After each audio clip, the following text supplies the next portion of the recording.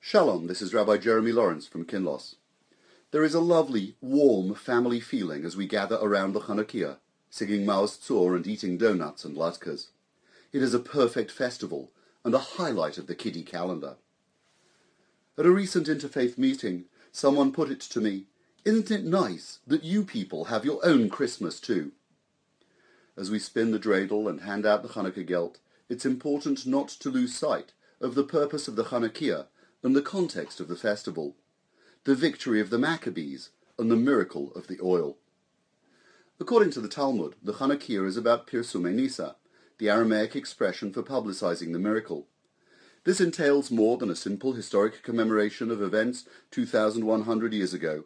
It is a chance to recall the valor of the Maccabees, a zealous few who fought for Jewish values against those who had succumbed to the allures of Greek culture and assimilation.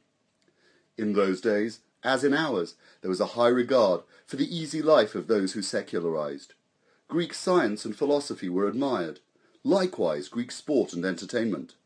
However, the Greeks were idolatrous with a pantheon of divinities, each requiring special service. They saw perfection in humanity, human reason, and the human form. The Olympic Games of old brought these different strands together. The Greeks legislated against Torah study. How could there be wisdom from a single God, or wisdom and truth which exceeded or transcended the capacity of our thought and reason? They legislated against circumcision. If humans were perfect and godly, how could we mutilate that form? The idea of a spiritual covenant with a people who were not Greek or part of Greek mythology challenged their own sense of superiority. Anything overtly Jewish or smacking of Jewish religious sentiment was prohibited. Hellenism was not about picking and choosing the best from two cultures. It was sacrificing and negating core tenets of Judaism in order to get on in outside society. The campaigns of the Maccabees were not simply to rid the Holy Land of oppressive rulers. Rather, they were to re-establish in Judea the place and prospect of Jewish living.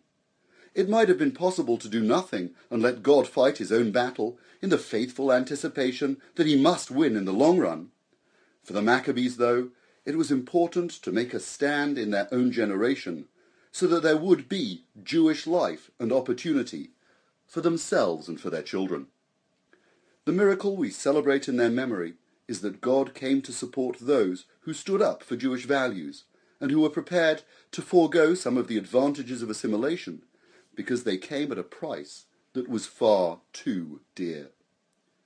Pirsumei Nisa, publicizing the miracle of Chanukah, is more than a celebration of long-lasting oil. It is a celebration of our role in protecting and defending our Jewish traditions. It is a celebration of our ability to stand firm and live our Jewish lives alongside the best and despite the worst of society's shifting mores.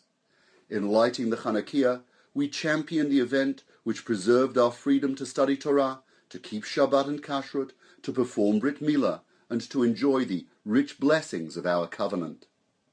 The Maccabees, like so many subsequent generations, risked and endured death to live and defend these values and our Jewish way of life.